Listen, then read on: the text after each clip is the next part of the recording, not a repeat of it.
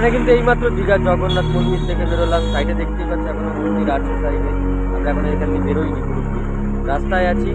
তো এখন কিন্তু আমরা যাব সমুদ্র পাড়ে। তো ভিডিওটা দেখতে থাকো, ভালো লাগলে as usual like, comment, share এবং সাবস্ক্রাইব করতে ভুলো না। চলো দেখা হচ্ছে সমুদ্রের পাড়ে।